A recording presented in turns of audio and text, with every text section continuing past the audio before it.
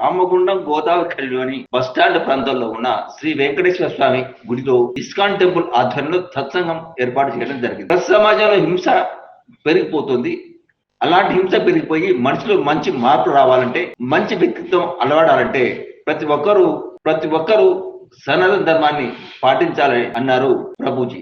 శ్రీకృష్ణ భగవానుడు చెప్పినటువంటి భగవద్గీత గ్రంథాన్ని మనం అందరం చదివి ఆకలింపు చేసుకుంటే చక్కగా మంచి నడవడిక, మంచి వ్యక్తిత్వం అలవడుతుందని HRSIKES దాస్ ప్రభుజీ చెప్పారు.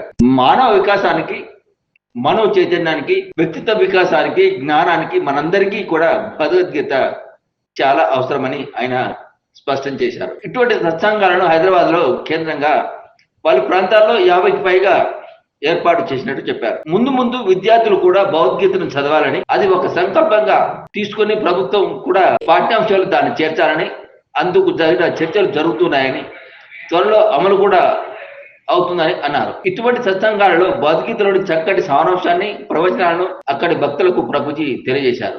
కార్యక్రమం అందరిలో చక్కటి ఆధ్యాత్మిక చింతనను, మనోవికాసాన్ని కూడా అందించిందని స్థానిక ప్రజలు తెలియజేశారు. ఈ కార్యక్రమంలో ప్రభుజీతో పాటు ఇన్ఛార్జి అజయ్, రాజేష్, సత్తయ్య, శ్రీనివాస్, కృష్ణ, రాధ, రాణి, హరిత, సంతోష్, సత్సంగ్ సభ్యులు పాల్గొన్నారు.